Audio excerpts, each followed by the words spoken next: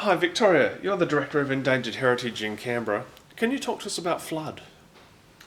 Well, fire destroys, flood accumulates. Everything that you thought you had has multiplied. It's swollen, it's been swept down the road, it's mingled up with everyone else's, it's covered in mud, and you have more and more things to deal with.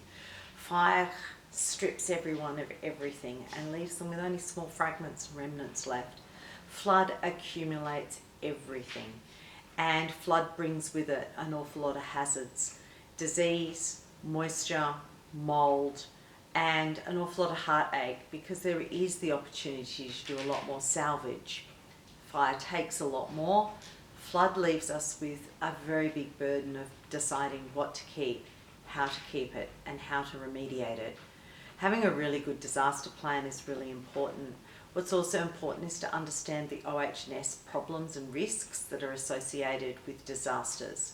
For that, talking to a science-based conservator, you can come up with a really good plan, which is incredibly necessary, especially with the risks increasing with climate change. Flood is a big problem with the mould that it brings with it.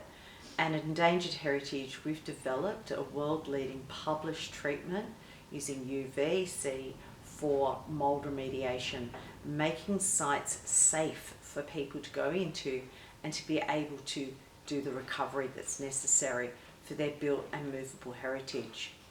You've got to remember that all of those things, those assets, they're not just people's lives, but when it comes to the history, the buildings and a whole community, getting back on its feet, recovery, and the time that takes really impacts on people's livelihoods, their incomes, their well-being, and the sense of community cohesion.